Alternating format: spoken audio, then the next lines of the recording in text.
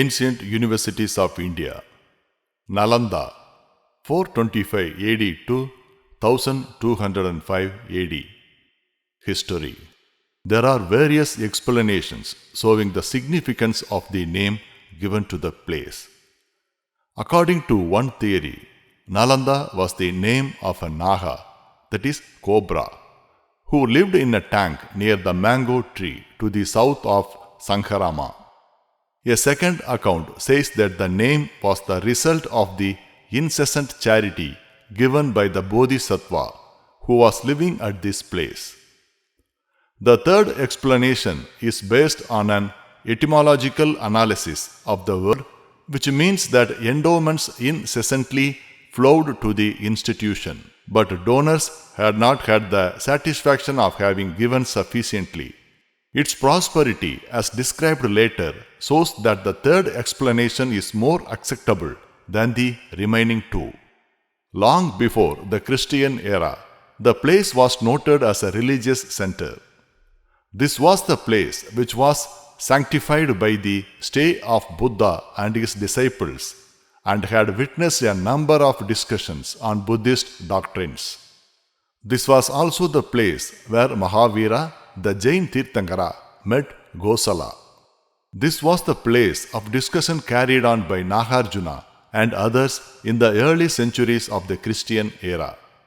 Ashoka had built a temple and a vihara at this place because it was only a little way from thickly populated Rajagraha and therefore convenient for religious practices.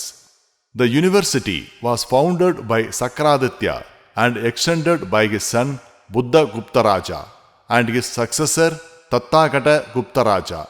This was followed by the destruction of the place by Mihirakula in the course of his pursuit of Narasingha Gupta in 500 AD. But after this destruction, the place flourished with greater radiance and prosperity. Thus, although the place had been a great religious and educational center in the days of Nagarjuna in the 2nd century AD, and even earlier in the days of Buddha, it became a university only in the earlier half of the 5th century when a stream of scholastic pilgrimage began to flow towards the place. Almost throughout the whole period of existence of this university, it had the rare privilege of enjoying royal patronage. Buildings at Nalanda. The first Sankharama was built by Sakraditya 415 to 455 AD. His son Buddha Gupta Raja built another Sankharama to the south. Tathagata Gupta Raja, his successor, built one more to the east of this. Baladitya 468 to 472 AD built one more to the northeast. He also built another great vihara, 300 feet in height, which was erected as if with a view to seeing the Kailasa mountain surpassed. His son Vajra built another Sankharama to the west. Later, a king of central India, Sri Harsha, built another Sankharama to the north of it as well as a high wall round these edifices with one gate. New buildings continued to be erected by Hindu and Buddhist donors down to the 11th century. Huan Chuang mentions 6 monasteries constituting the Nalanda establishment in his time. All these buildings were majestic in their size and height with richly adorned towers, fairly like turrets appearing like pointed hilltops, and observatories lost in the mist of morning. The upper rooms towered above the clouds, and from their windows one could see the winds and clouds producing ever new forms, and from the soaring eaves the sunset, splendors, and the moonlight glories. All the outside courts in which were the priest chambers were of 4 stages. The stages had dragon projections and colored eaves, pearl red pillars, carved and ornamented, richly adorned balustrades, while the roofs were covered with tiles that reflected the light in 1,000 shades.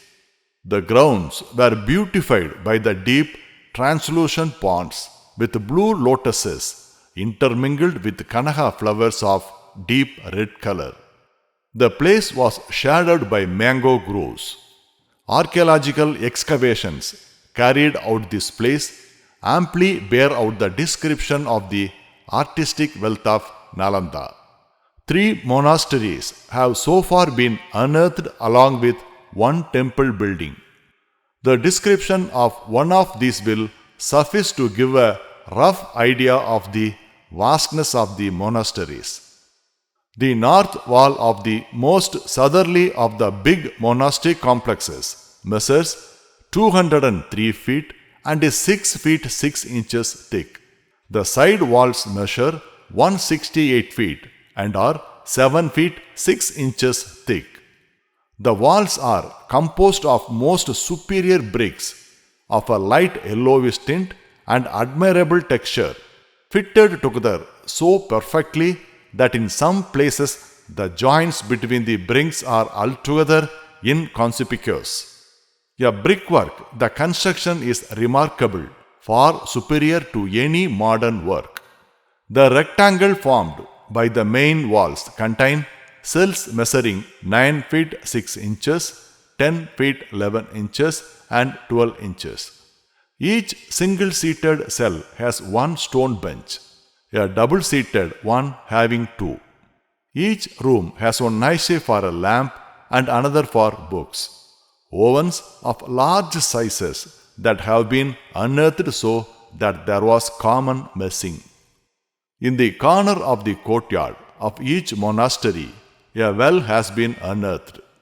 Excavation has shown that at least 13 monasteries stood at this spot during different periods. The university covered an area at least 1 mile long and half-mile broad, all buildings being arranged according to a preconceived plan. The central college had 7 halls attached to it with 300 rooms for teaching work. Admission. Nalanda, like other universities of its type, was an institution which imparted only higher education, and accordingly, admission was restricted to those who had the necessary background to follow postgraduate studies. In particular, the institution was known as a place where learned men from all parts of the country as well as from neighboring nations gathered for getting their doubts solved and for gaining mastery in the art of disputation. Such scholars came in large numbers from Mongolia, China, Korea, Tibet, and Tokhara. Although some of the scholars came for securing manuscripts on Buddhism, there were many who came to get a stamp of approval for their doctrines from the authorities in the university.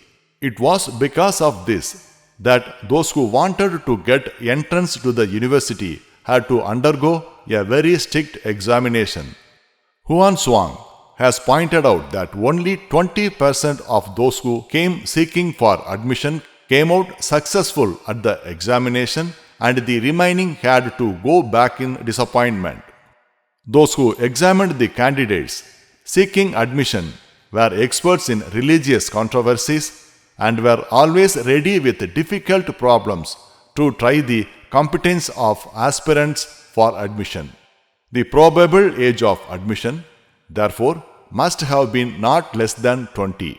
It is also mentioned that the university conducted a department for secondary and primary education where young pupils were freely admitted. For all these students, a very high standard of morality was prescribed, and students at Nalanda were taken as model of morality. And during the long existence of 7 centuries, not a single case of guilty rebellion has been reported.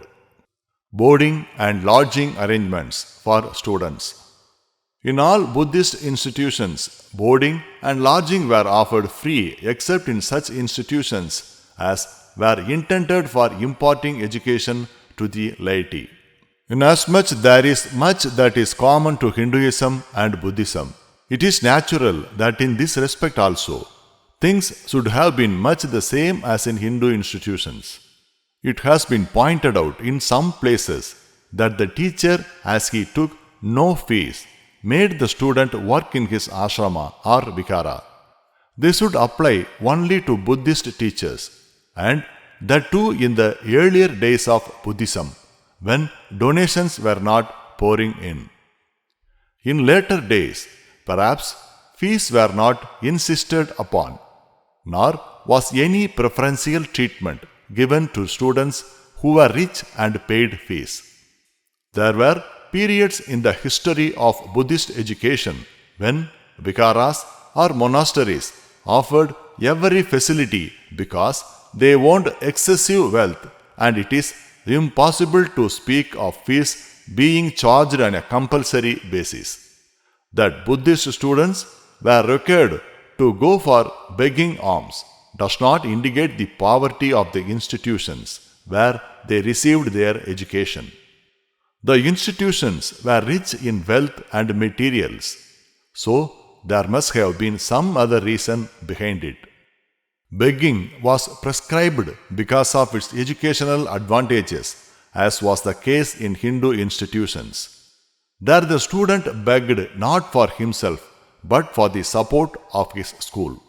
Its educative value lay in the fact that it produced in the pupil a spirit of humility and renunciation. But its moral effects may be examined more closely. First, the contrast between his own life and that of the world at large brings home to him the value of the scheme for which he stands, which he will now all the more try to consolidate. This makes for a more complete organization of the personality, a deeper loyalty to his system. Further, the daily duty of begging makes the ego less and less assertive, and with it all unruly desires and passions which do not shoot forth as their roots wither. Thus, there is reached a greater balance of the inner life. A sense of balance and harmony further brings out the contrast between the behavior of his own group and that of the men of the world, and this further confirms his faith in his own group or order. Again, an acquaintance through begging with worldly life and its trials make him realize more vividly the security of his own life. Lastly, begging makes the pupil feel how unaffected he is to any ties and a sense of independence contributing to a sense of selfhood. It is like a ritual for the cultivation of impersonal relations in life. The contact of the reckless with the world is a valuable corrective to the exaggerated subjectivity of isolated, meditative life in the hermitage. Isolation and intercourse thus lead to a higher synthesis of the inner and the outer, Purusha and Prakriti, self and the world. Courses of study. The curriculum of the university was very exhaustive and embraced all subjects, Buddhist as well as non-Buddhist, Mahayana as well as Hinayana. Only a few of these many subjects were treated as compulsory. Study of Mahayana and acquaintance with all the 18 schools of Buddhism were prescribed as compulsory subjects. The Mahayanists propounded the doctrines of Shunyavada and Vijnanavada, the doctrine of a sky flower, which means that all objective phenomena, like sky flowers, unreal and vanishing, was popular among the Mahayanis, but was held in contempt as a heresy by the Hinayanis. Among the subjects that were taught on a voluntary basic logic played an important part. Yet, looking to the important place that dialectics occupied during those days, it must have played a very important role in the university. The systems of logic acceptable to various other schools of thought were also studied. Astronomy was taught, and for this purpose on observatory and clepsydra were specially maintained by this university. According to Quan Chuang, this clepsydra gave correct time for all Magadha. Tantra was a very popular subject at this university because we hear of many scholars writing works on Tantra, others studying them and still others copying and translating them into the languages of the North. Tantras deal with the use of mystic syllables and words as well as magic. The practice of mudras, mantras, dharanis, yoga, and samadhi were not there in primitive Buddhism, nor did it prescribe any worship of Buddha or different gods and goddesses. The Tantras became specially popular because they allowed liberty of action, which was forbidden by early Buddhism to the followers of the new cult. Other subjects studied in this university were the Vedas and their 6 auxiliaries: medicine, grammar, Sankhya, philology, law, philosophy, and other miscellaneous subjects. The subjects were drawn from different fields of learning: Brahmanical and Buddhist, sacred and secular, philosophical and practical, science and arts. There were some institutions for primary education run by the university where 6-year-olds were admitted. Such students learnt Sabda Vidya or grammar of the Sanskrit language because knowledge of Sanskrit was essential both for Buddhists and Hindus who were studying at the university. After studying elementary course in grammar for 6 months, the student was required to study the Sutrapada and Tattupata from Panini's grammar. At the age of 10, he was taught the book on theory class, which gave a thorough knowledge of grammar. The student could master this in 3 years. This was followed by more subtle and abstruse studies of grammar, which generally lasted 5 years. The book used for this purpose was Vritti Sutra, which contains a discussion of subjects other than grammar comprising everything under the sun. All this was for training of memory and was to be learnt by heart. This was followed by study of prose and verse, logic and metaphysics. At the advanced university stage, some students followed advanced courses in grammar and learnt Chorni of Patanjali and Bhartrhari's Sastra. Kshatriya students could learn the art of archery along with other sastras like medicine, Veda, Vedangas, Sankhya, Nyaya, that means logic, and Vaisheshika, that means atomic theory of the world, mentioned before. Administration of the university. At the head of the university was a bhikkhu possessing character, scholarship and seniority, who was elected by the various sanghas comprising the federation. This bhikkhu controlled and directed the work of administering the affairs of the university, academic and otherwise 2 councils appointed for the purpose. The former looked to affairs like admitting students to the university, regulating the courses in various subjects, distribution of work among teachers, holding of examinations at proper intervals, looking after the securing and maintenance of manuscripts and the arrangement for copying manuscripts which were greatly in demand in those days.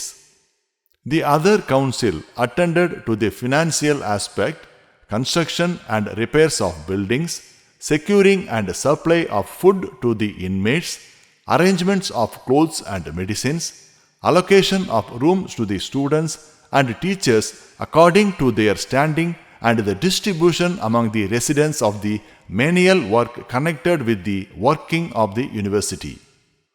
This council was required to pay meticulous attention to the landed estates belonging to the sanghas.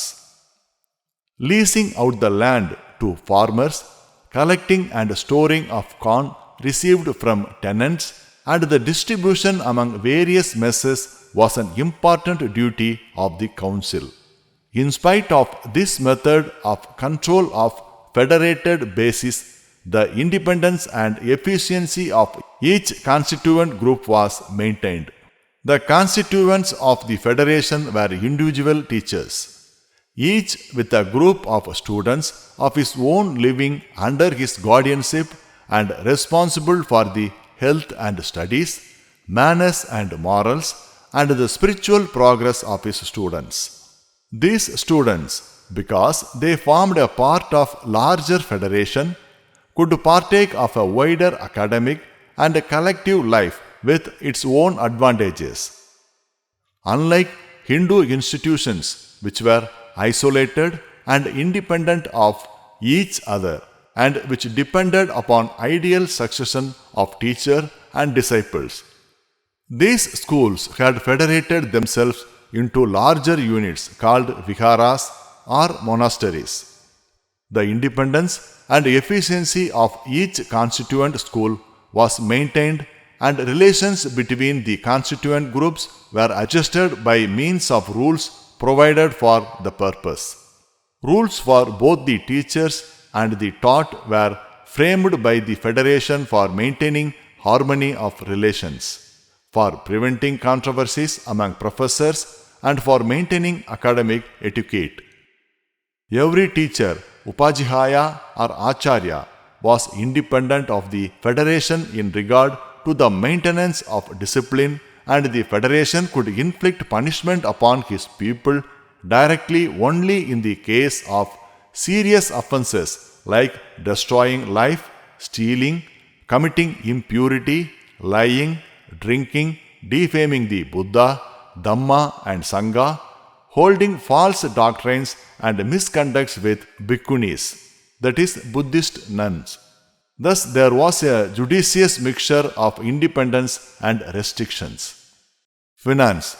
Buddhism was strictly speaking an order of ascetics and mendicants, and no bhikkhu was allowed to receive gold or silver or any gift in cash. The violation of this interdict was regarded as a serious offense. Things offered in kind could be accepted. This rule was observed very rigorously in the earlier days of Buddhism, and the rigor of renunciation, which alone could save one from worldly contamination, was maintained in its pristine purity. But the Buddha, during his lifetime, allowed the Sanghas to grow rich by permitting them to receive benefactions from lay well-wishers, which kept continuously flowing to the monasteries, even under Buddha's direct encouragement. Among the gifts accepted for the Sangha were parks, pavilions, ponds, buildings, and viharas with all upper tenances for healthful life, materials for buildings, and property by bhikkhus for the dead.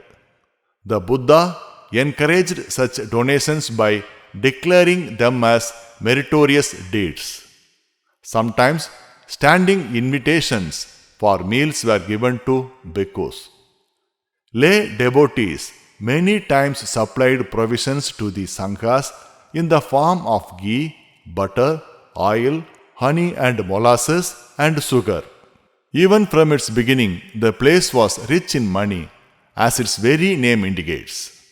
Right from 425 AD, endowments for the university were pouring in. The list of such donors contains the names of King Kumaragupta I, Buddhagupta, Tathagatagupta, Baladitya, Vajra, and Harshavardhana. Like the Guptas and Vardhanas, Varmans also showed interest in the university. It is stated that Purnavarman and Yashovarmadeva donated money equal to the price of the whole Nalanda institution. The Pala king of Bengal, Devabala, by name, is said to have donated 5 villages for the assembly of venerable bhikkhus and for the upkeep and repair of monasteries. The kings of the far-off Swarnadipa and Yavadipa, that is Sumatra and Java, had also patronized these institutions. On account of such bountiful benefactions, The university never experienced any financial difficulty and could develop to its fullest capacity. Teachers and students. It is stated that at one time there were 10,000 monks staying at Nalanda. Of these, 1,510 were teachers and the remaining 8,500 were students belonging to various levels of attainments and studying various subjects. It has been pointed out that there were on an average 100 lecturers or discussions every day. On an average, the number of students per teacher was 7 or 8, and it must have been very convenient to give individual attention to students. Libraries.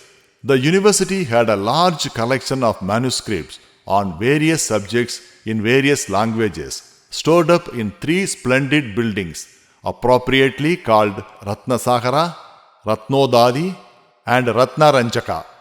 This was greatly helpful in the dissemination of knowledge because we find numerous mentions of scholars from abroad copying out manuscripts in hundreds from these libraries and taking them to their countries. Itching is said to have got copied from Nalanda 400 Sanskrit works amounting to 5 lakh verses. Teachers at Nalanda. Learned men from Nalanda were famous all over the country. They defeated many Panditas belonging to other faiths and converted them to Buddhism. Among the list, we may also include the Chinese traveler Yuan Shuang, who acquired in this university the knowledge of the doctrines of Bhutas, Nirgranthas, Kabalikas, Jutikas, Sankhyas, and Vaisheshikas over and above those of Buddhism. The fact that a distinguished king like Sri Harsha sent for Panditas from Nalanda bears ample testimony to the depth of their learning.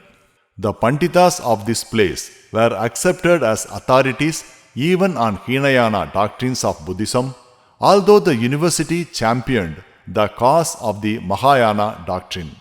It is said that 1,000 Panditas from Nalanda University were present at the assembly held at Kanyagobja, that is Kanoj, by Sri Karsha to investigate the treatise of Yuan Shuang.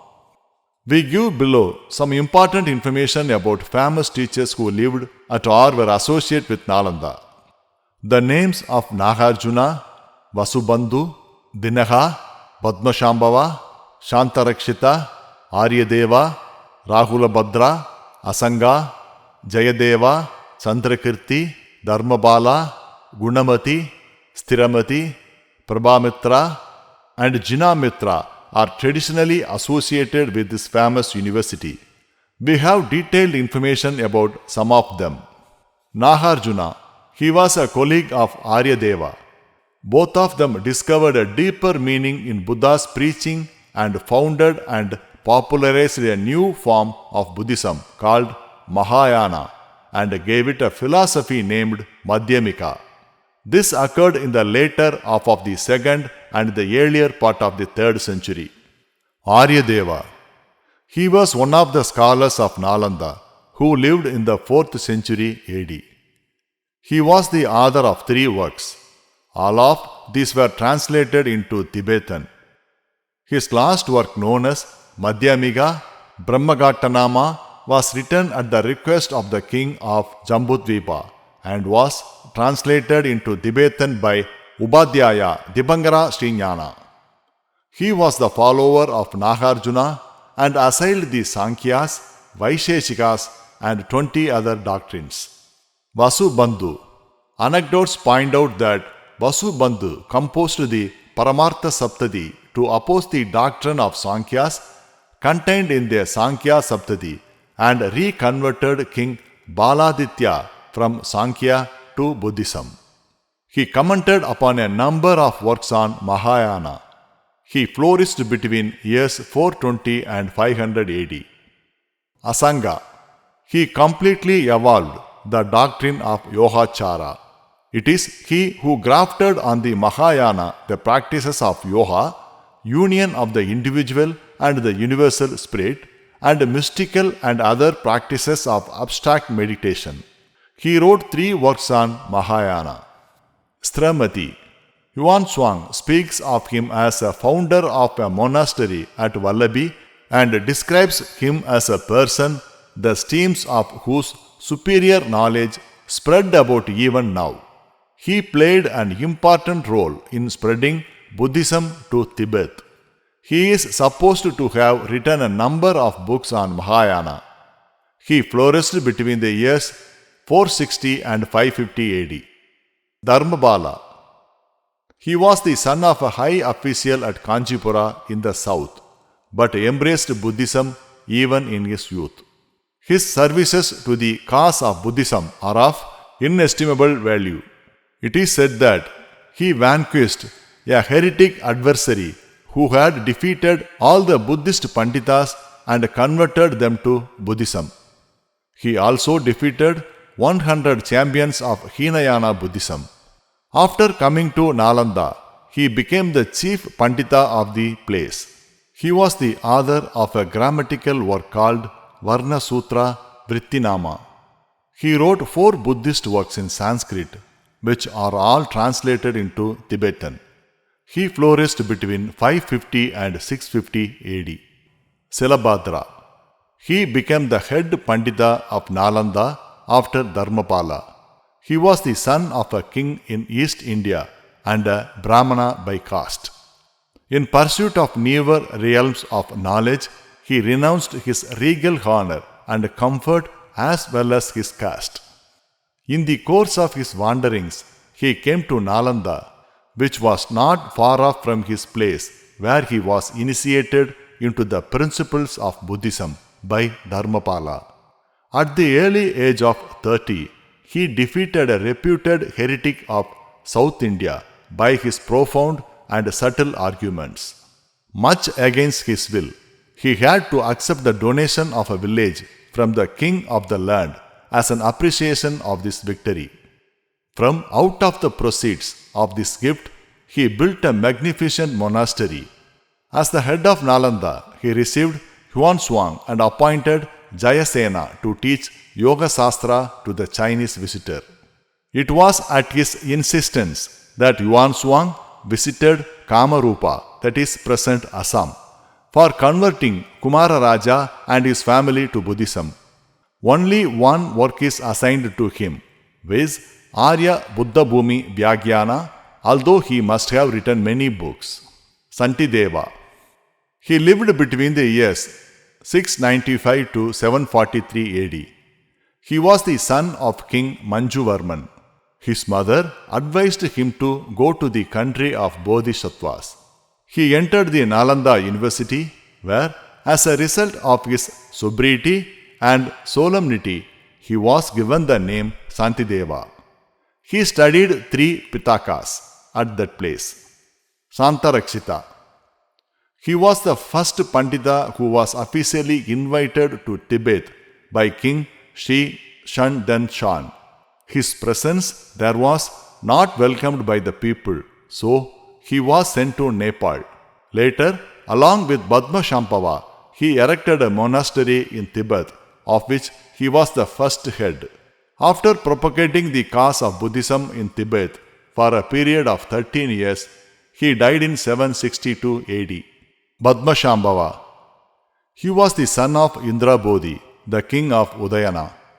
He was a prominent expounder of the Yogacara school and went to Tibet at the invitation of the king. He founded Lamaism in Tibet and is deified and worshipped like Buddha himself. He spread Tantarism, that deals with magic and sorcery in Tibet, known as the roof of the world. Kamashila. He was the great disciple and contemporary of Shantarakshita and lived between 720 to 780 AD. He is said to have written a commentary on Tattva Sangraha. It was because of his unique scholarship that Santarakshita invited him to vanquish an adversary named Hoshang, who was a Pandita from China and taught doctrines contrary to those taught by Santarakshita. He could easily defeat Hoshang. Kandro Gomin. He is supposed to have written no less than 60 books on Tantra Sastra. He was also a distinguished scholar of literature, grammar, logic, astronomy, music, fine arts, and the science of medicine. He was the first from the Bengal school of logicians to attract the attention of the literary world. Buddha Kirti. He was the connecting link between Nalanda and Vikramasila. He was the last great scholar produced by Nalanda. He flourished towards the end of the 11th century and the beginning of the 12th century. Decline and fall of the university. The university worked with great vigor up to 1100 AD, when its greatness began to be eclipsed by Vikramashila, which began to receive a greater share of royal patronage. The university received the final tragic blow at the hands of Muslim invader under Bakhtiyar Khilji at the end of the 12th century, and not one of the monks remained to narrate the sad tale of its destruction. The priceless library of the university was also wantonly set on the fire and destroyed.